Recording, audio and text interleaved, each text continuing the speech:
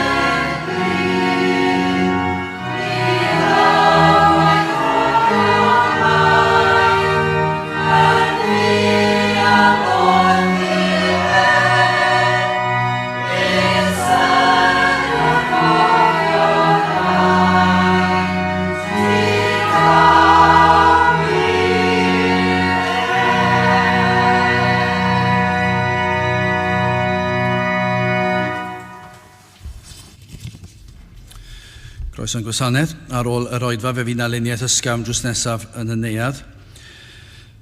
Fel arfer, ni'n cynnal ein cwrdd gweddi misol ar y drydedd nos Iau o bob mis, ond ar y drydedd nos Iau mis Ebrill, fyddwn ni ddim yn cynnal ein gwasanaeth arferol, ein cwrdd gweddi, fyddwn ni'n cynnal ein gwasanaeth Pasg.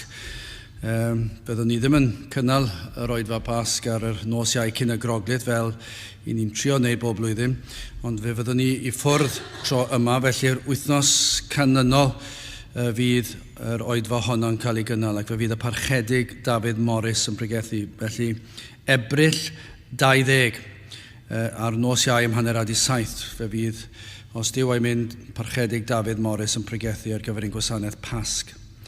Hoedfa nesaf pnawn Sul ym hanner awr wedi 3. Nawr wrth i ni gymryd y casgliad, gwni ganu tra'r ein heistedd am rhif 465, Pererin Wyf mewn anial dir. 465.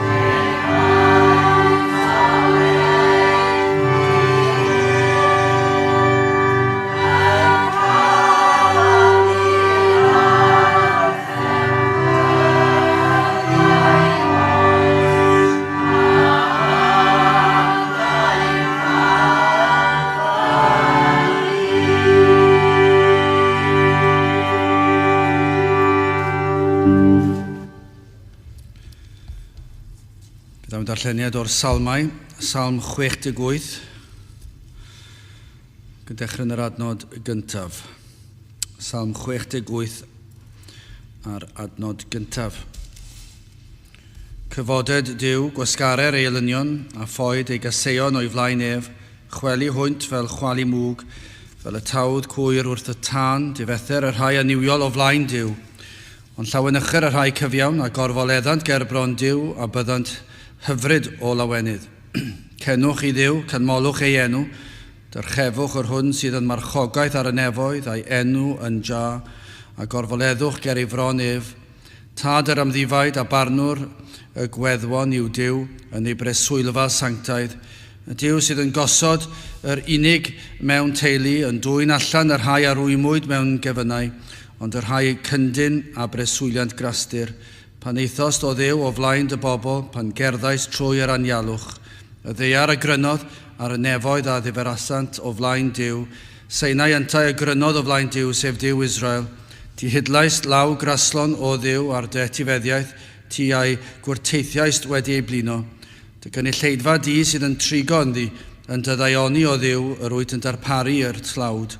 Yr arglwydd aroddes y gair, mawr oedd mintau yr rhai a'i pregethant.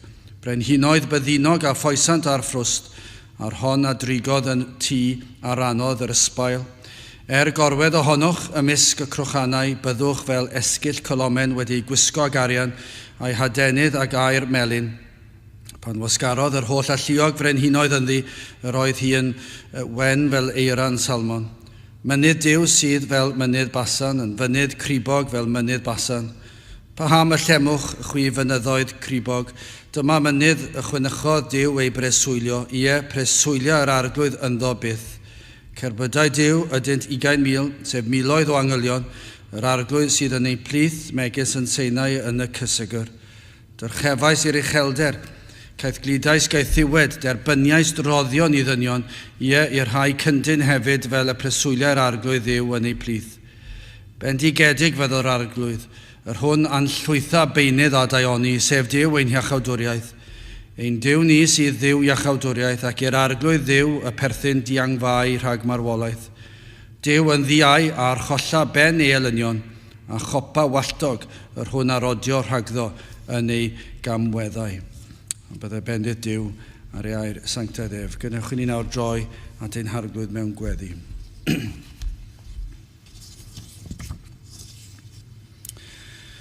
Diolch yn i ti unwaith eto, Dduw, am gyfle arall i ddod yma ger dy fron, ac i ni yn diolch i'n bod yn gallu dod trwy enw a thrwy heiddiannau dy fab yn gwaredwr yr arglwydd Iesu Grist. Ac felly o Dduw, i ni yn dod fel dy blant ac yn galw arna ti unwaith eto, yn dod yn gwybod dy fod i yn Dduw sydd yn llawn trigaredd, yn hir ymaros, ac o Dduw, i ni yn llawenhau am hyn gan dy fod yn dangos yr ymynedd trigaredd i wrando arno ein crwydro, ein methiannau, ac felly o Dduw i ni yn dy foliannu di ac yn diolch i ti am yr efengil sanctaidd, ac yn gweddio Dduw y byddwn ni'n cael blasu o'r newydd y rhyfeddodau yma o'r gwirionedd sydd yn dy air di, fod modd i bechaduriaid fel ni gael y sicrwydd ein bod ni'n eiddo i ti ac bod yn eiddo o fywyd tragwyddol. Ac o Dduw, bydd na ddwrnod yn dod pan y bydd ein ffydd ni yn diflannu ac y bydd yn troi yn olwg ac y cawn dy weld wyneb yn wyneb. Ac o Dduw, i ni yn gweddio y byddwn ni yn cadw'n golygon yn wastadol arna ti holl ddyddiau ein bywyd ni. I ni yn gofyn ti i'n helpu ni ac i'n nerthu ni i beidio cael ein temtio i dynnu'n golwg oddi arna ti. A byddwn ni yn wastadol ac yn ddyddiol yn troi ein golygon ac yn dyrchafu'n llygau tuag at y mynyddoedd o'r lle y daw ein cymorth. A byddwn ni yn dy gydnabod di fel ein tad nefol, fel ein tad sydd yn gofalu am ei blant. Ac felly o Dduw, yr un sydd wedi darparu popeth ar ein cyfer ni, iachawdwriaeth, heddwch a Duw. Ac o Dduw, yr wyt ti di addo ein harwain ni bob cam o'r ffordd. Ac felly o Dduw, nertho ni i beidio mynnu dilyn ein llwybrau'n hunan. I ni yn gofyn ti'n helpu ni i gadw'n wastadol ar y llwybr cil yna sydd yn arwain at y nefoedd. O Dduw, i ni yn gweddio felly, bydde ti'n helpu ni heddi yn ystod yr oedfa hon i dyfoliannu di, i ddyrchafu dy enw, trwy gydol y dydd a'r wythnos sydd o'n blaen ni. I ni yn gweddio bydd y bresenoldeb yn agos ato ni ac yn ei nerthu ni ac yn cynhesu y cylonau yma sydd yn aml yn troi yn oeraidd. I ni yn gweddio Dduw am yr rhai sydd ymhell o dy bethau di, sydd heb unrhyw awydd i geisio dy wyneb di. Ac felly o Dduw, i ni yn credu dy fod ti yn Dduw sydd yn gallu gwneud yr amhosib. Ac felly o Dduw, yn ein golwg ni yn edrych mor amhosibl i ddeffro enaid sydd mewn trwmgwsg, sydd yn ei pechod, sydd yn farw yn ysbrydol. Ond o Dduw, yr wyt ti trwy nerth yr ysbryd glân yn gallu cyffwrdd ar fath enaid ac yn gallu deffro nhw, ac yn gallu bywhau nhw, ac yn gallu peri iddynt droi at ti. Felly o Dduw, i ni yn gofyn y bydd ysbryd i ar waith yn ein plith ni yma yn yr oedfa hon, ac hefyd o Dduw yn ein dinas, yn ein gwlad, ac ar hyd a lled gwledydd y byd, i ni yn gweddio byddwn ni yn cael gweld dyddiau lle byddu di ar waith unwaith eto.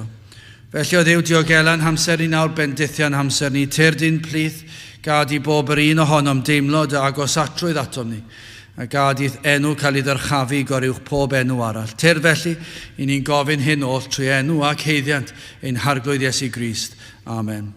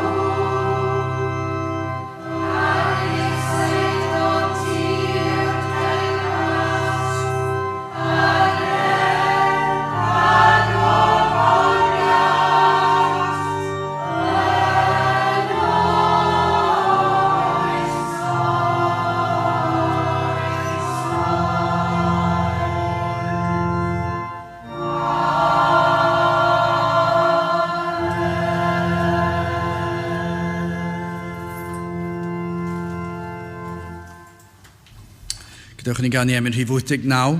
Duw mawr y rhyfeddodau maith, rhyfeddol yw pob rhan o'th waith, ond dwyfol ras mwy rhyfedd yw nath holl weithredoedd o bob rhyw.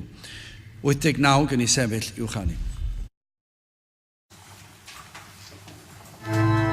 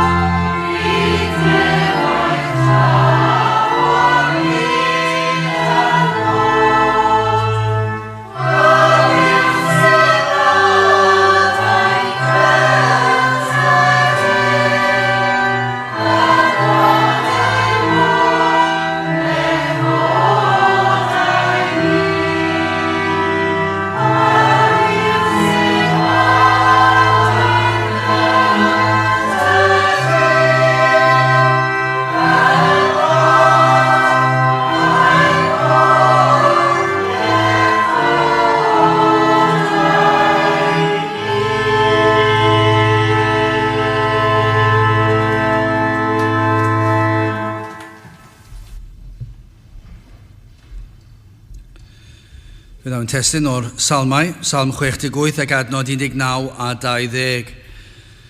Bendigedig fyddo'r arglwydd yr hwn a'n llwytha beunydd a daioni, sef Duw ein iachawdwriaeth, ein Duw ni, sydd Dduw iachawdwriaeth ac yr arglwydd Dduw y perthyn diangfau rhag marwolaeth. Mae'n hawdd iawn i ganiatáu i ysbryd yr oes i beri fydd y Cristion yn mynd i'w gragen.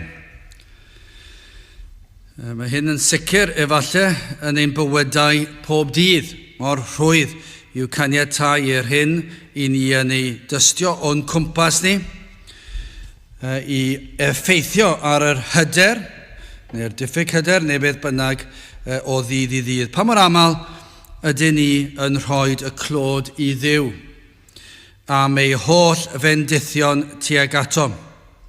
Pa mor aml y mae hynny yn dod un geirfa dyddiol, hyd yn oed ymhlith y byd. Pa mor aml ydyn ni yn cydnabod yn canol y byd ein bod ni yn ddiolchgar i Dduw am ei ddaioni tuag atom. Siwr o fod, ychydig yw'r adegau pan i ni yn defnyddio'r fath eirfa. I ni'n teimlo falle chydig o gywilydd, teimlo nad, i ni'n esgusodu'n hunan yn aml iawn yn dydyn ni yn dweud fyddan nhw ddim yn deall, fyddan nhw'n meddwl ein bod ni'n rhyfedd ac felly ni ddim yn rhoi y clod. Pa mor aml i ni'n atgoffa'n hunan am yr hyn sydd yn wir amdano ni pan ni yng nghanol y byd. Yr hyn ydyn ni, neu pwy ydyn ni, yr hyn sydd yn wir o'n profiad ni, yr hyn sydd yn eiddo i ni pan i ni yn cerdded yng nghanol y byd. I ni'n atgoffa'n hunan ein bod ni yn blant i'r Duw holl alluog. Pa mor aml ydyn ni'n dweud ein bod ni wedi cael ein golchi yng ngwaed Iesu Grist, ein bod ni nawr yn wynach na'r eira yng ngolwg y tad, ein bod ni yn gwynebu tragwyddoldeb yn ei gwmniaeth, bod na ddydd yn dod ac yma yn agos, y prysur agosau pan y byddwn ni yn gweld ein ffydd yn diflannu ac yn troi'n olwg, ac ein bod ni'n atgoffa'n hunan o hynny, mae ychydig iawn fydd yr amser, prin iawn o aros fydd rhaid i ni wneud cyn y byddwn ni yn treulio tragwyddoldeb yn ei gwmniaeth. Pa mor aml i ni'n atgoffa'n hunan o hynny pan ni'n yng nghanol y byd ac yn gweld ei fod yn anodd i wneud safiad. Mor aml, efallai, mae cyffes ffwrdd â hi sydd yn wir amdano ni. Efallai os yn gorfod roi rhyw gyffes, rhyw broffes, efallai bod ni yn ei ddweud yn y gobeith nad oes neb wedi sylwi hyd yn oed. Efallai mae dyna y fath o gyffes sydd yn wir, efallai yng nghanol y byd, ei fod efallai yn dod yn agos i fod yn rhyw ymddiheiriad am ein safbwynt ni. Efallai yn chwilio am rhyw biti gan y byd nad ydyn ni yn cael mynychu rhyw le arbennig ac efallai yn teimlo bod ni'n rhoi rhyw fath o ymddiheiriad iddyn nhw. Felly, dwi'n flin iawn, fedrai ddim dod gyda chi ar fan ar lle ac felly efallai'n gobeithio bod na rhyw biti'n dangos tuag ato ni, rhyw dosturi yn meddwl amdano ni yn ein caledwch ni. Efallai bola fydd y teimladau. Dyle hynny ddim fod yn wir. Cymaint yw braint y Cristion. Mae'r salmydd wedi ddeall bendigedig y fyddo yr arglwydd. Cymaint sydd gan y salmydd i glodfori ei Dduw, ac cymaint sydd gennym ni i ddiolch i Dduw amdano, ac i floeddio allan i bwynt. Bron iawn fe ddylsen ni fod yn caniatáu'r pethau hyn dod yn ddyddiol trwy gydol y dydd i ddiolch i Dduw am ei holl fendithion tuag atom ni. Ond yn sicr, allwch chi ddadle, mae lot yn haws yma prynhawn yma yn y capel i fedru wneud hynny. Bod ni'n gallu bloeddio fan hyn. Falle dwi ddim mor anodd, sneb yn ni'n gweld ni fan hyn. Dwi'n cydweithwyr ni, neu lodau yn teuluodd ni, neu'n ffrindiau ni. Dyn nhw ddim yn gweld ni fan hyn, a bydd yr rhain dweud diolch beth am hynny, dyn nhw'n gweld fi fan hyn yn y capel. Dwi ddim eisiau fy ffrindiau'n gweld i fan hyn. Ond i'r Cristion falle hyd yn oed. A oes na elfen lle mae'r fath o foli sydd yn digwydd yn ein celonau ni fan hyn yn wahanol i'r hyn pan i ni allan yn y byd. Wel, llawer gyda ni ac yn sicr mae yn reswm y dylen ni gan i bendigedig fyddo yr arglwydd. Ac dyna beth ddylsyn ni'n neud. Mae'r salmydd yn canu clodydd yr arglwydd fan hyn. Ac yn gyntaf, felly hoffwn ni edrych ar yr adnodau yma.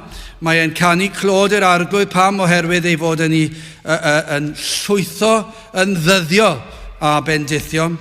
Yn ail, hoffwn ni edrych ar y ddihangfa dwyfol yma sydd yn cael ei ddarparu ar gyfer y Cristion ac yna'r iachawdwriaeth personol i orffen. Wel, yn gyntaf, y llwytho dyddiol. Adnod 19, bendigedig fydd yr arglwydd. Dyma pam, un o'r resymau, pam fod yr salmydd yn bloeddio allan y moliant i'r arglwydd. Yr hwn a'n llwytha beinydd a daioni, sef Duw ein iachawdwriaeth. Nawr, mae hyn mor wir i'r Cristion. Mae'r Cristion, fe ddylai'r Cristion fod yn gallu tystio hyn, tystio i ben tyrau o fendithion dyddiol. Dyna beth mae'n ei ddweud fan hyn, bod y Cristion yn profi bendithion dyddiol. Gai ofyn i chi, ydych chi yn cydnabod hynny, bod ganddo ni bendithion dyddiol? Yng nghanol beth bynnag i ni'n mynd trwyddo ar y funud, ein bod ni'n gallu dweud mae bendith dyddiol sydd yn eiddo i ni. Dyna beth mae'r salmydd yn ei ddweud, mae'n llwytho yn ddyddiol, beinydd bob dydd. Ac felly fe ddylai ein diolchiadau fod hefyd yn ddyddiol a thrwy gydol y dydd wrth effro'n y bore fe ddylsem ganu ei glodydd, ond nid yw'n wir fel arfer, ac mae hwn yn wir, mae'r rhai o ni, ac dwi'n un o'r rheini sydd ddim cystal yn y bore, dwi ddim yn hoffi'r boreau, ac felly mae'n anodd yn diwedd i cael rhyw fath o gyffro yn y bore i ddod.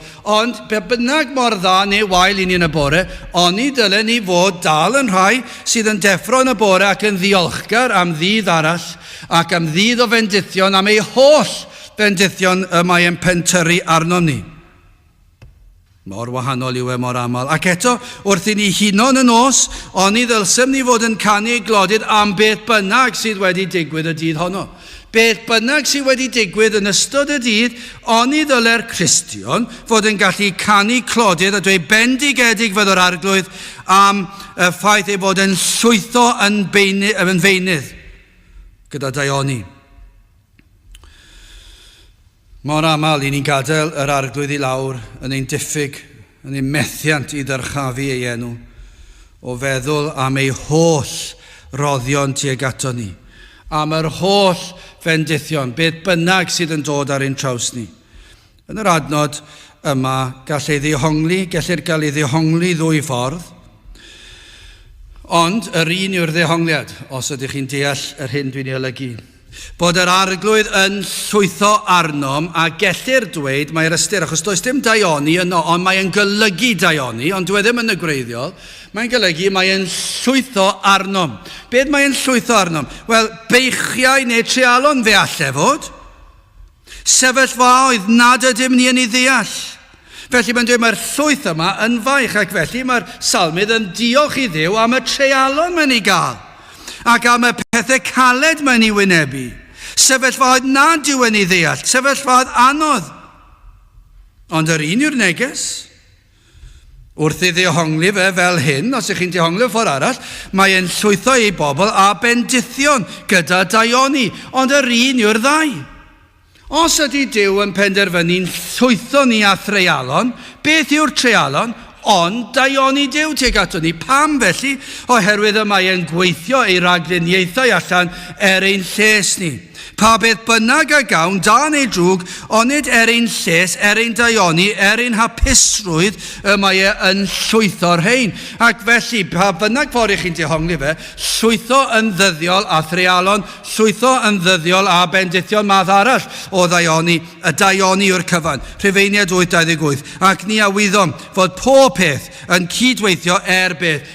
Daioni i'r rhai sydd yn caru Duw, sef i'r rhai sydd wedi ei galw yn ôl i arfau ef. Felly hefyd, yr hyn sydd yn wir o rai yma, sydd yn dal tu allan i fendithion y saint, os yw yn wir am y Cristion. Mae'r Cristion yn gallu tystio i fendithion dyddiol Duw, da neu drwg o ran yr amgylchiadau allanol, ond yr un yw diwedd y nod, diwedd y gan yw hyn, hapusrwydd a daioni fy lles i, Mae fy llesi, a dyna pan mae'r salm yn dweud, bendigedig fydd yr arglwydd, mae e'n llwytho arnom i na trealo neu bendithion, ond bendith yw'r cyfan. Ond mae hynny'n wir hefyd i'r rhai sydd dal tu allan i Grist neu'r rhai. Y sawl sydd heb droi at Grist eto, ac yma yna'r rhai yma'n does ac efallai'r rhai sydd yn gwrando. Ac efallai, gellir dweud fan hyn, y rhain sydd tu allan i Grist, sydd heb unrhyw fwriad efallai o geisio Iesu Grist na'i fendithion. Ond ni byddai fe'n ddiddorol i gallu ffeindio byddwn ni yn gwybod pan y byddwn ni yn y nefoedd a cael clywed tystiolaethau pawb. Ond mi fyddai fe'n ddiddorol i wybod faint o'r eneidiau sydd yn cael eu hachub a ddath i'r oedfa heb unrhyw fwriad o ddod i gredu. Dim bwriad yn y byd i gyd.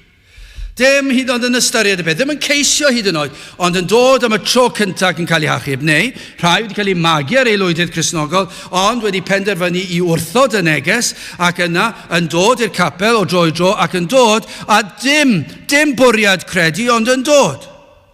Sawl un o'r rheini sydd fydd yn y nefoedd sydd wedi dod i gredu, a dim bwriad dod i gredu, ond wedi bod sawl gwaith o dan sain yr Efengyl. Wrth gwrs, gallwch chi cael rhai sydd wedi bod yn ceisio hefyd. Ond efallai bod yna rai yma sydd heb unrhyw fwriad heddi o geisio Iesu Grist na i fendithion rhai, a ddath efallai'n bwriadu gadael yr oedfa yn yr union ffordd y deithoch chi. O, dim bwriad newid, fe fyddai'n gadael yr oedfa hon heb unrhyw fwriad o fod yn wahanol i'r ffordd des i fewn. Neu efallai rhai sydd yn gwrando ar y we. Rhai, so ni'n gwybod nagyn o'r nifer sydd yn gwrando ar y we, dydyn ni ddim yn gwybod pwy ydyn nhw, dydyn ni ddim yn gwybod pa gefndir, dydyn ni ddim yn gwybod os ydyn nhw gyd yn siarad Cymraeg neu rhai'n siarad Saesneg, dydyn ni ddim yn gwybod nagyn, ni ddim yn gwybod os yna rhai sydd yn Gristnogion ac yn ymuno yn yr addoliad, eraill efallai o ran chwilfrydau, tybiwn ni fod yna rhai yn does na? Rhai sydd wedi clywed fod yr oedfa ymlaen ar y we, falle wedi derbyn y cerdyn bach o wahoddiad ac wedi gweld bod modd gwrando ar y we, a dim bwriad credu, ond diddordeb i wrando i weld sut fath oedfa yw hi. Mae'n rhaid, dydyn ni ddim yn cwyno am unrhyw un sy'n gwrando. Ond dim bwriad yn y byd gan rheina i ymateb i'r Efengyl. Ond yr hyn i ni'n weld fan hyn yw gall Duw trwy ei ras fod yn llwytho arnoch chi ei fendithion hyd yn oed nawr.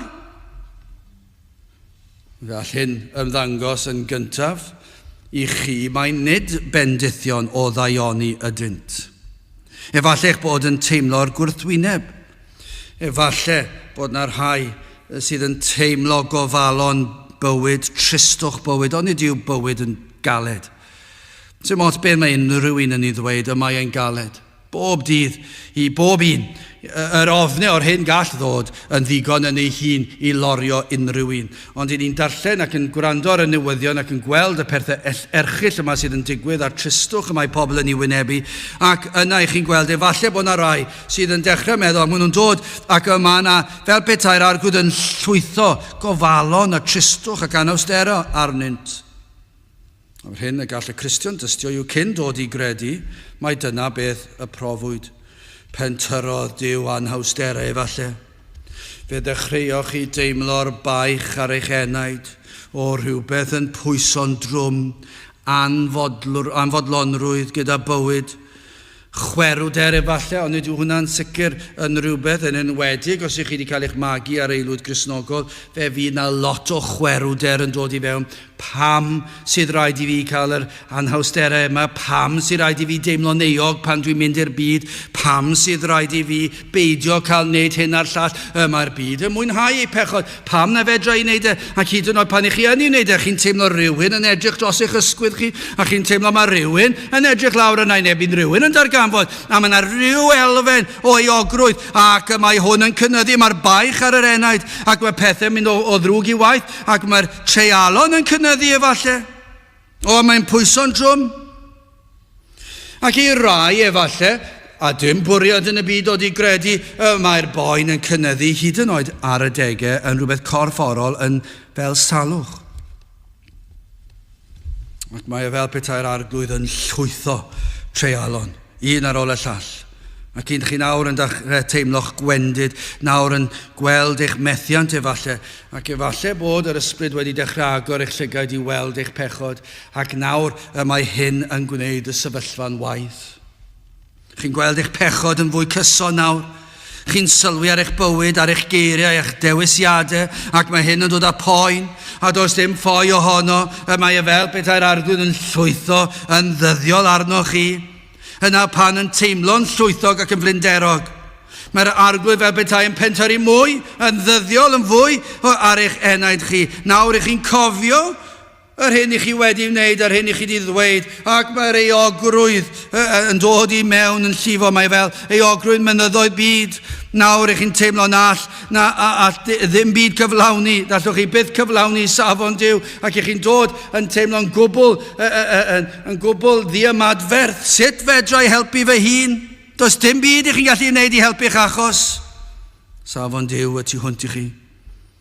Falle byddwch chi'n dadle, dwi wedi trio gwella ac wedi methu. Dwi wedi trio bod fel y Cristnogion i chi'n sôn amdano ac dwi'n methu. Chi'n teimlo fel petai chi mewn carchar tywyll di. Nid os modd achub eich hun o'r fath bydew. Ond dyma yw'r rhyfeddod yr adnod. Yr hyn oll i ni wedi disgrifio fyna, mae'r cyfan hefyd yn gallu cael ei ddisgrifio fel daioni Duw, bendithion Duw. Dyna pam mae'r salmydd yn dweud bendigedig. Bendigedig yw ein Duw ni am bentyrru arnom y fath treialon. Pam? Achos mae yna ddaioni ar y diwedd. Yr hyn a brofir yn arwain at fendithion mwy, at ryddhad, at lawenydd, at daioni'r arglwydd. I chi'n gwybod, mae rhywbeth fel proses yma, os yw hwn yn gwneud yn haws i ni ddeall, mae fel ein croen ni. Chi roed wedi ystyried eich croen. A pa mae yna bigiad yn dod, chi'n cael eich pigo gan ryw wenynau neu beth bynnag, neu chi wedi cael eich llosgi neu beth bynnag.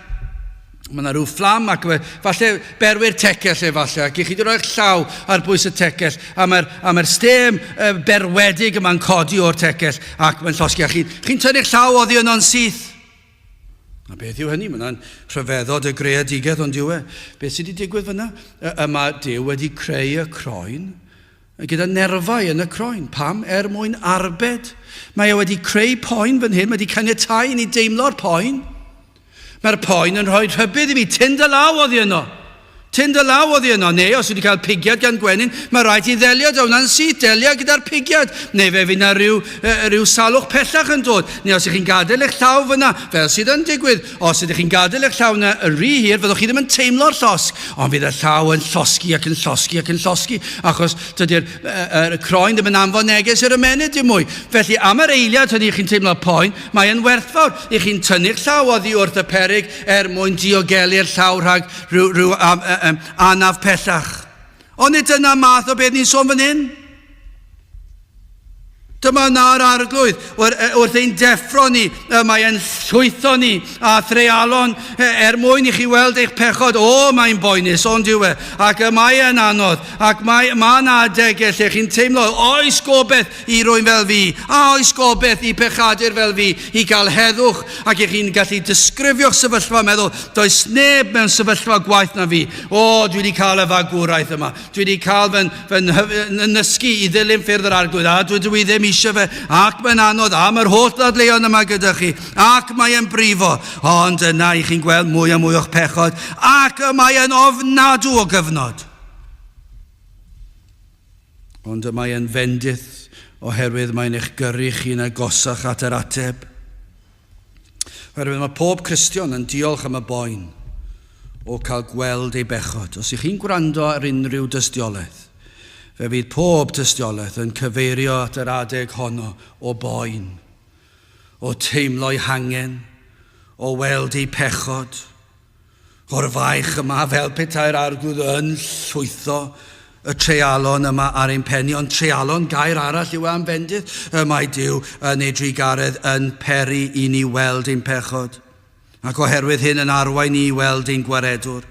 ac yna ni'n arwain at fywyd o fendithion dyddiol. Dyna beth yw hyn. Os ydych chi ar y funud yn mynd trwy'r bwlch yr argyhoeddiad, os ydych chi'n mynd trwy cyfnod lle mae'r Ysbryd Glân yn argyhoeddi'r enaid ac yn dangos i chi eich cyflwr, ac yma hi'n brifo, ac i chi mewn dryswch, ac i chi mewn penbleth. Gadewch i ni weddio mai yr Ysbryd Glân sydd ar waith yn eich dwysbigo, yn eich deffro, ac yn eich arwain i weld rhyfeddodau llawnach. Wel, gadewch i ni symud ymlaen te yn ail at y ddihangfa dwyfol yma, adnod 20. Mae'n dweud bendigedig yw Duw, pam ein Duw ni sydd Dduw iachawdwriaeth ac arglwydd Dduw y perthyn diangfau rhag marwolaeth. Ffordd o ddianc o farwolaeth, o canlyniad mwyaf erchyll y cwymp yw marwolaeth. Oherwydd pechod fe ddath marwolaeth. Fe gollodd dyn y fraint o fwynhau cymdeithas a Duw. Nid oedd mwyach yn gallu siarad a'i Dduw. Ac fe gollodd e'r dealltwriaeth, y ddirnadaeth ysbrydol yma. Ond hefyd, oherwydd y pechod yma digwyddodd ar ddechrau'r byd, fe ddath y gosb o farwolaeth corfforol. O, dyna i chi elyn yw marwolaeth. Dych chi roed wedi meddwl, siwr o fod, yn sicr bod y byd yn trio rhedeg i ffwrdd o farwolaeth, mae marwolaeth yn tynnu i ffwrdd anwyliaid ohonom. Mae'n erchyll, ond diwe, mae'n erchyll. Mae pechod wedi peri bod ni'n heneiddio yn gyntaf ac yn dioddef o salwch. Ond hefyd, yn y diwedd mae pechod yn peri fod y farwolaeth gorfforol yn digwydd. Mae'n afiach, mae'n erchyll. Pan y mae anwyliaid yn cael ei tynnu ffwrdd, beth yw gweld, beth yw clywed, beth yw fwynhau cwmniaeth â nhw eto? O, mae'n teimlo'n aml bod y byd yn rhedeg i ffwrdd o erchylltra a thristwch marwolaeth. Mae'r byd ond diwn nhw pan man a rhai yn marw. Be maen nhw'n neud? Maen nhw'n neud droiau erbyn hyn trwy ddathlu bywyd. Mae rhywbeth o ddryswch i fi pan ni'n clywed am angladdau heddi, ac mae wedi cael ei droi'n diw, mae wedi cael ei newid yn lle i alw'n angladd, i fod yn ddathliad o fywyd. Ac pinau byr neu hir, maen nhw'n dweud dathliad o fywyd yw e. Ac i chi meddwl beth sydd yn mynd ymlaen, mae'n cael ei gyhoeddi'n aml. Yn ystod yr oedfaon, falle bod yna rhai yn ceisio dod â doniolwch i'r gwasanaeth. Chi'n gweld nhw ar ddiwedd gwasanaeth, pan nhw'n cael eu prydiau bwyd yn aml iawn. Chi'n gweld nhw, chi wedi gyrru ar hyd strydoedd Caerdydd, a chi'n gwybod bod angladd wedi bod, tu allan i ryw ddafarn. Mae dynion yn gwisgo ar gwragedd yn gwisgo yn ddi, teis di, popeth yn ddi, ac mae'r peint cwrw yn ei llaw nhw, ac yn yfed mwy, ac yn dathlu'r bywyd, ac yn mwynhau, ac yn anghofio, mae rhywun newydd farw. Welwn ni byth nhw eto, newn ni ddim clywed eu lleisio nhw eto, mae marwolaeth yn erchyll. Mae'n effeithio bywyd, gweddill eich bywyd chi ar y ddaear, fyddwch chi hebdyn nhw ac yna i chi meddwl, dyw hwn ddim chwarae bach, mae'n rhywbeth mawr, a mae'n effeithio ni. A hyd yn oed Cristnogion yn gallu chwarae lawr marwolaeth. Fydden nhw'n yn efod, wrth gwrs fydden nhw'n yn efod os mae Cristnogion yn nhw, ond i ni'n ei colli nhw, mae'n drist, mae pechod wedi peri hyn. Bod marwolaeth yn beth erchyll. Peidiwch da chi a meddwl mae achos i ddathlu yw marwolaeth hyd yn oed i'r Cristion. Mae'n rhywbeth i ni ddweud o leia i ni'n gwybod ei bod nhw gyda'i tad nefol. Ond maen nhw wedi mynd. Mae'n derfynol yn ddiwedd ar gyfnod. Ond mae marwolaeth corfforol mor erchyll yw e'n arwain hefyd i ni'n gwybod at y farwolaeth ysbrydol a thragwyddol. Dyna i chi beth mae pechod wedi wneud. Mae'r gosb yma'n dod. Mae'r corfforol, mae'r farwolaeth corfforol yn ddrws at dragwyddoldeb tu allan i Grist, farwolaeth tragwyddol. Dyna beth yw e. Pan mae'r corff yn marw, dyna'r diwedd, dyna'r cyfle olaf. Ac mae'n ddrws pan maen nhw'n camu trwyddi i anobaith llwyr. Roedd y Pedew di yma yn edrych yn ddiawn yn barod wrth weld y diffyg deall, y farwolaeth ysbrydol y methu cymdeithasiad Duw yna edrych yn ddyfnach o weld y farwolaeth corfforol. Mae marwolaeth yn erchyll yn diwedd. Y farwolaeth ysbrydol pan does dim clem gyda pobl. Rhai hyd yn oed fan hyn, chi sydd wedi cael eich magu yma yn y capel, a heb wneud proffes, heb droi at Grist, dydych chi ddim yn deall pam yn yma. Chi ddim eisiau bod yma. Wedd y well da chi fod tu allan. A chi ddim yn ei ddeall, chi ddim yn gweld rhyfeddodau'r emynau yma, chi ddim eisiau canu'r emynau, chi ddim eisiau gweddio, chi ddim eisiau gwrando ar bregethu, chi ddim yn llawenau, chi ddim yn darllen eich Beibl yn ddyddiol. Pam? Chi ddim yn gweld pwrpas y beth. Pam? Achos i chi'n farw yn ysbrydol. Ond mae hwnna'n bydew ddigon twm. Ond yna pan i chi'n meddwl mae farwolaeth corfforol, mae hwnna'n erchyll. Ond yna. A mae hyn yn arwain at farwolaeth tragwyddol pan i chi ddim yn marw. Marwolaeth tragwyddol lle ydych chi'n byw y farwolaeth tragwyddol. Ac pan i chi'n gweld hynny, i chi'n gweld y pydew yma yn bydew di-waelod. O, dyna chi carchar tywyll di. O, mae e'n fwy tywyll, mae'n fwy di na gallwch chi ddychmygu. Mae e'n mor ddwfn. Y farwolaeth drifflig yma. Dyna chi erchyll. Ond gwrandewch ar hyn, ein Duw ni sydd yw iachawdwriaeth ac i'r arglwydd Dduw y perthyn diangfau rhag marwolaeth. Ffordd o ddianc o farwolaeth. Dyna beth mae'n dweud. Dyna pam mae'r salmyd yn dweud bendigedig yw'r ein Duw ni. Pam? Oherwydd ein Duw ni sydd yn rhoi ffordd o ddianc, o ffoi, o grafangau marwolaeth. Yr hyn a welwn ni yw bod Duw wedi darpori ffordd o ddianc o'r crafangau erchyll yma o farwolaeth. O, mae'r holl alluog yn gallu tynnu gafael marwolaeth oddi ar yr enaid. O, pan i chi'n meddwl am farwolaeth, os ych chi'n gallu ei osod fel person, mae ei ddwylo, mae ei wedi gafael yn dyn ar enaid mor gadar.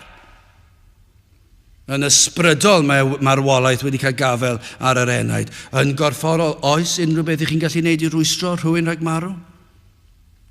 Darllenwch chi papurau newydd i ni'n clywed efo pobl fwyaf cyfoethog yn marw, yn ddyddiol. A maen nhw wedi gallu talu am y doctoriaid ar ysbytau gorau. Maen nhw wedi gallu cael stafell i'w hunan yr holl ffordd, trwy salwch nhw. Dwi'n gwneud dim gwaniaeth. Maen dal yn marw. Maen nhw'n gallu cael y doctor, y meddyg sydd yn feddyg i'r frenhines, a maen nhw'n gallu cael yr holl adnoddau. Fe allan nhw hyd yn oed cael yr holl adnoddau'r ysbyty yn ei tai. A cael y nyrsys a'r doctoriaid dydd a nos yn gofalu. Be sy'n digwydd? Maen nhw'n marw. Maen nhw dal yn marw. Mae brenhinoedd yn marw. Mae yna tywysogion yn marw. Arlywyddion yn marw. Ond be mae'n dweud yw, y mae gan ein Duw ni y nerth i beri ffordd o osgoi crafangau marwolaeth. Fe fydd y corff dal i farw os na fydd yr Iesu'n dod nôl, ond fe fydd y bryw yna, fe fydd y pigiad marwolaeth yn cael ei dynnu ffwrdd. Fe all ein Duw ni ein gwaredwr ni rwystro yr un drwg rhag caethiwo'r enaid ymhellach yn y pydew. Dyna beth mae'n gallu wneud. Ar gyfer unrhyw ymgais i ddianc, ond nid yw hwn yn wir rhaid cael cynllun a hanes. Sawl ymgais i ddianc o garchar i ni wedi clywed am hanesion a degau rhyfeloedd. Pe mae pobl wedi cael ei dal a'i carcharu ac yna be maen nhw'n wneud. Maen nhw'n dod at ei gilydd ac i trial meddwl wneud twnnel yn y llawr ac i ffoi ac i gallu dianc o'r gelyn. Ond os neb yn mynd i lwyddo i ddianc o'r carchar, ond i bai bod nhw wedi gwneud cynllun ag oes. Ond yma ni'n gweld mae'r arglwydd yw'r un sydd yn darparu ffordd i ddianc o'r gelyn gweithaf. Marwolaeth, a'r un sydd y tu ôl i farwolaeth o Satan, mae e wedi gwneud cynllun. Yma ni'n clywed fod yr arglwydd wedi cynllunio ffordd i chi ddianc o farwolaeth. Ond sut? Ymddengys yn elyn a ellir ei orchfygu. Sut fedrwn ni orchfygu'r gelyn yma? Mae e mor bwerus. Mae'r gelyn yma mor derfynol, mae e mor greulon, ond mae'r salmydd yn canu clodydd yr arglwydd am ei waredigaeth. Fe drefnod Duw cyn seiliad y byd y byddai ei fab yn dod ac yn agor llwybr o ddihangfa. Dyna yw neges yr efengyl. Ffordd iachawdwriaeth, does dim ffordd arall I ddianc o grafangau marwolaeth. Dim ond un gall ddelio â hyn. Dim ond un sydd yn ddigon cryf. A Iesu Grist yw hwnnw fe gyflawnodd e'r cyfan sydd yn angen reidiol, fe gyflawnodd e holl ofynion y ddeddf yn ein lle ni.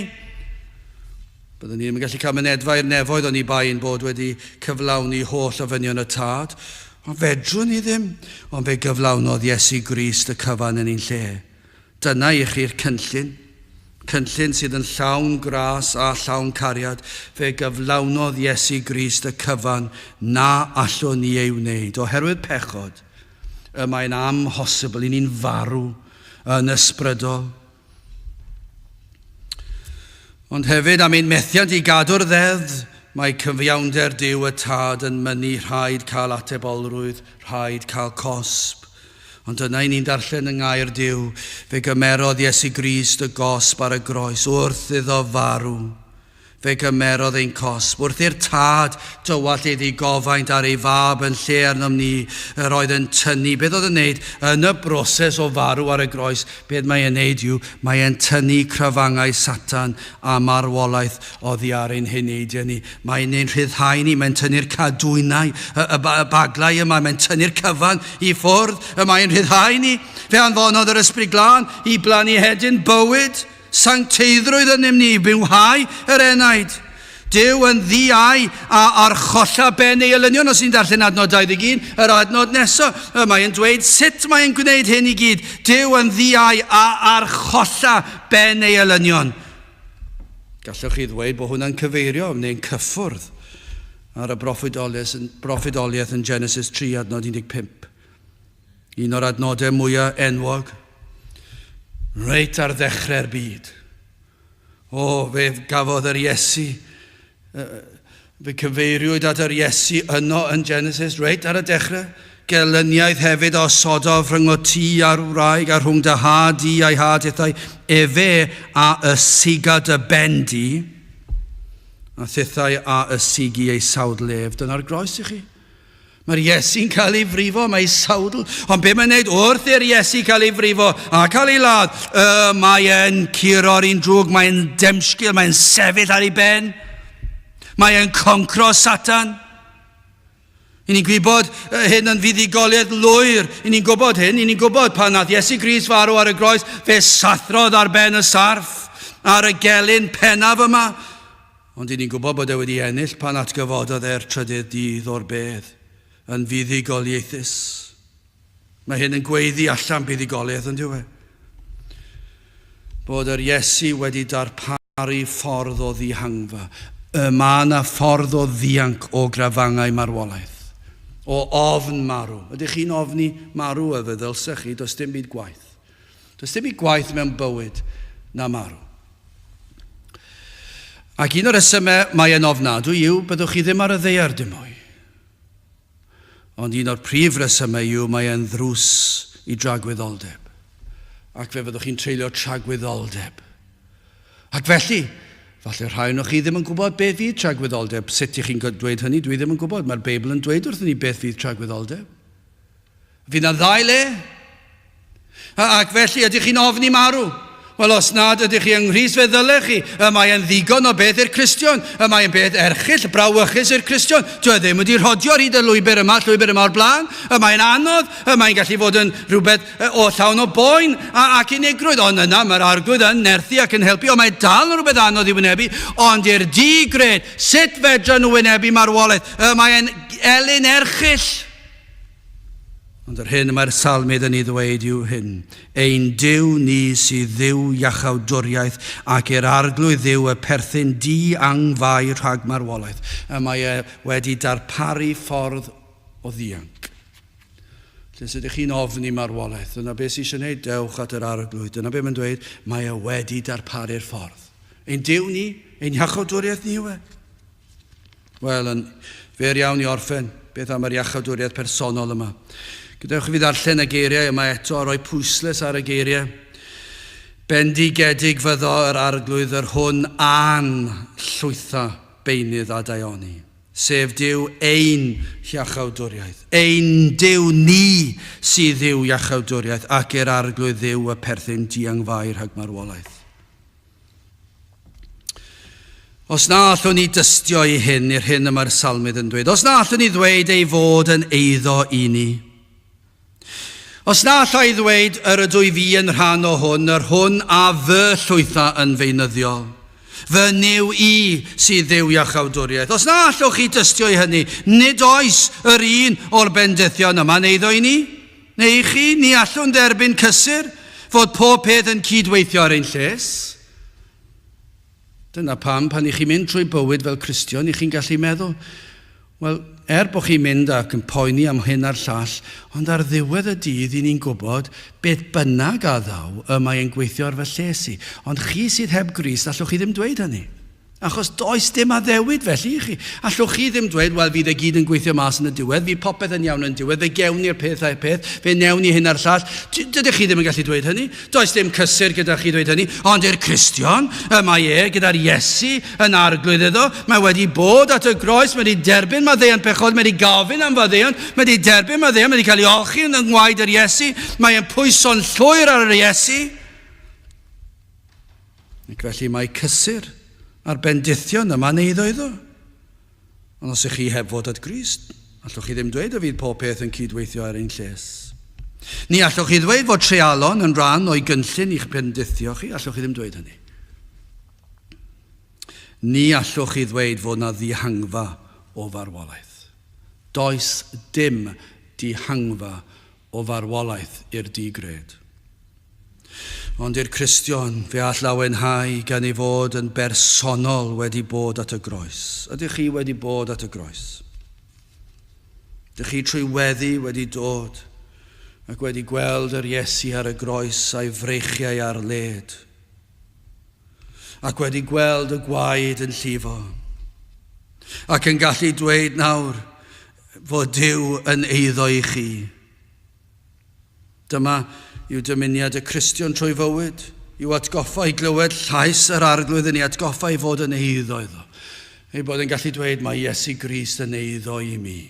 O llefara arglwydd addfwyn Iesu, mae dy eiriau fel y gwyn, oll yn dwyn i mewn dangnefedd ag sydd o anfeidrol rhin, mae holl leisiau'r greadigaeth, holl ddeniadau cnawd y byd, wrth y lais hyfrytaf tawel yn dystewi, a mynd yn fyd. Ni all holl hyfrydwch natur yn a'i melystra pennau maes, fydd cymharu a lleferydd hyfryd pyr maddeuol ras. Gad i'm glywed. Beth ych chi eisiau clywed? Beth ych chi eisiau clywed mwy na dim byd arall? Felly bydd yr rhai eisiau clywed y gair amen, bod yr oedfa wedi dod i ben. Dyna chi dristwch.